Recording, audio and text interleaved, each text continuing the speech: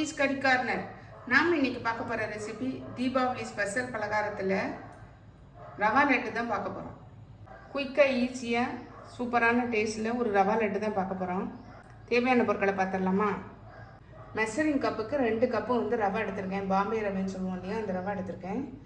அதுக்கு ஒரு 1.25 cup, 2 cup கூட நம்ம எடுத்துக்கலாம். 1.25 கப்பு சுகர் எடுத்திருக்கேன்.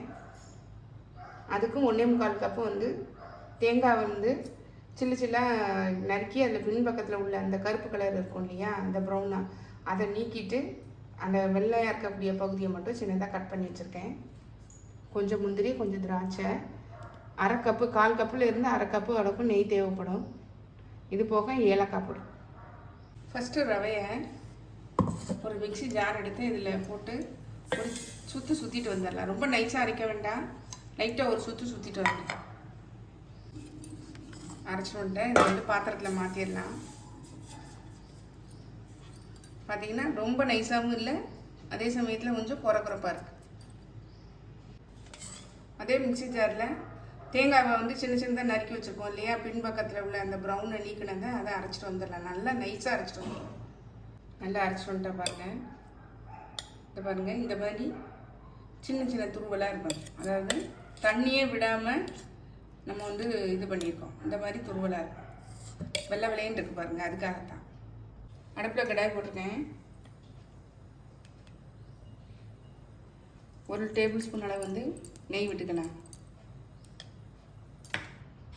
இதில் இந்த முந்திரி திராட்சையை வறுத்து எடுத்துடலாம். முந்திரி சேர்த்துருக்கேன், திராட்சையும் சேர்த்துடலாம்.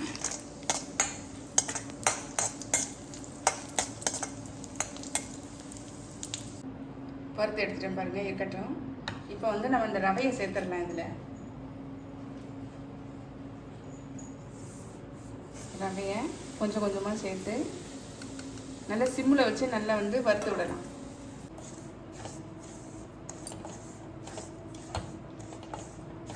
இது கொஞ்சம் கூட நெய் விட்டுக்கிறேன் நான்.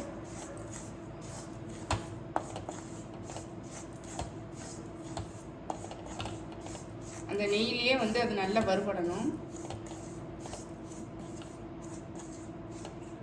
இன்னும் ஒரு 2 டேபிள் ஸ்பூன் அளவு விட்டுக்கிறேன்.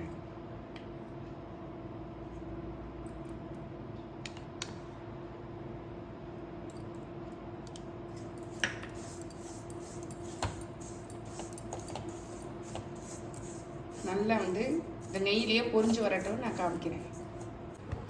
நல்லா வறுபட்டுச்சு பாருங்கள். இது ஒரு 10 மினிட்ஸாக சிம்மில் வச்சு நல்லா வறுத்துக்கோங்க.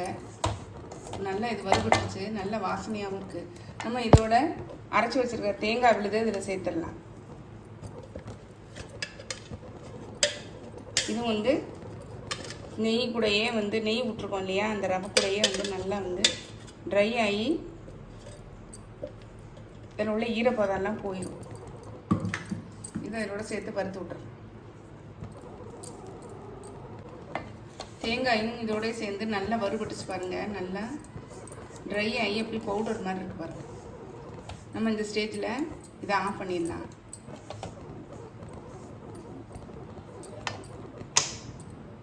ஒரு அடிகனமான பாத்திரம் எடுத்துருக்கேன், அதாவது பேன் போட்டிருக்கேன். அடிகனமான பாத்திரத்தை எடுத்துக்கோங்க. இதில் 1.25லேருந்து 2 மெஷரிங் கப்புக்கு 2 கப்பு அளவுக்கு நம்ம சர்க்கரை சேர்த்துக்கலாம். இதில் 1/2 கப்பு அளவு தண்ணி சேர்த்துக்கலாம். நல்லா கரைஞ்சி கொதிச்சு வரட்டும். நல்லா கொதிச்சிச்சு பாருங்க. இப்போ இதில்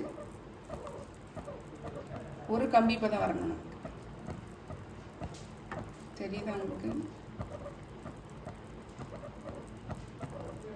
இந்த பதத்தில் நம்ம அந்த வறுத்து வச்சுருக்கிற ரவையும் தேங்காவையும் சேர்த்துடலாம். இப்போ இது கூட ஏலக்காய் தூள் சேர்த்துடலாம். இந்த முந்திரி பழம் அதையும் இதில் சேர்த்துடலாம். நல்லா சிம்லேயே வச்சுக்கோங்க. நம்ம இப்போ இதை கலந்துடலாம்.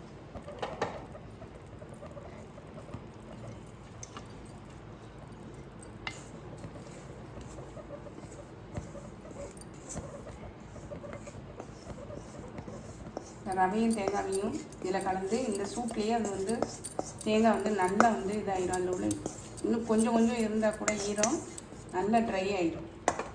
இப்போ இதை நல்லா கலந்து விட்டுடலாம். சிம்லேயே இருக்கட்டும்.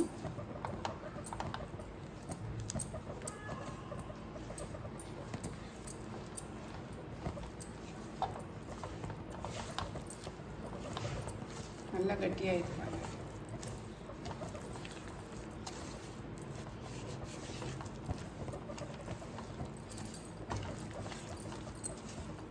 கொஞ்சம் கெட்டியான உடனே நம்ம வந்து கை பொறுக்கிற சூடு வந்த உடனே நம்ம பிடிச்சிடலாம். கொஞ்சம் ஆறட்டும், கொஞ்சம் கெட்டியாகட்டும். ஒரு 2 தடவை கலரிக்கிட்டால் சரியாக வந்துடும். நல்லா கெட்டியாச்சு பாருங்க. நம்ம இந்த ஸ்டேஜில் அடுப்பை ஆஃப் பண்ணிவிட்டு வேறு ஒரு பாத்திரத்தில் ஊற்றி நம்ம வந்து ஆற விட்டுறலாம். நல்லா வந்து கட்டியாக இருந்ததில் நல்லா உதுத்து விட்டுட்டேன். ஆறின ஒன்று பாருங்கள் இப்படி இது ஆயிடுச்சு. நம்ம இதில் கொஞ்சம் நெய் சேர்த்துக்கலாம். கொஞ்சம் வெது சூடாக இருக்குது. அதுலேயே நம்ம வந்து லட்டை பிடிச்சிடலாம்.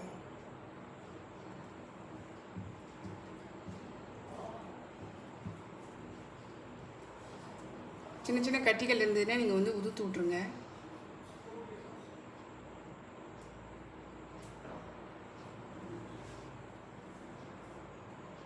எல்லா லட்டையும் பிடிச்சிட்டேன் பாருங்கள். நான் எடுத்த அளவுகளில் 35 லட்டு வந்திருக்கு.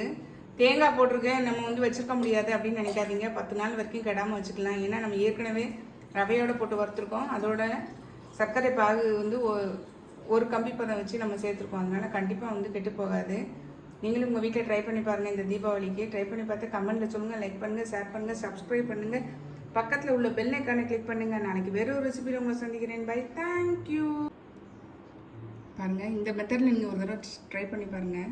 செம்ம டேஸ்ட்டாக இருக்கும். பாருங்கள் எப்படி வருது பாருங்கள். லட்டு ஜூஸியாகவும் இருக்குது, அதே சமயத்தில் சாஃப்டாகவும் இருக்குது. செம்ம டேஸ்ட்டாக இருக்குங்க. கண்டிப்பாக ட்ரை பண்ணி பாருங்கள் இந்த தீபாவளிக்கு.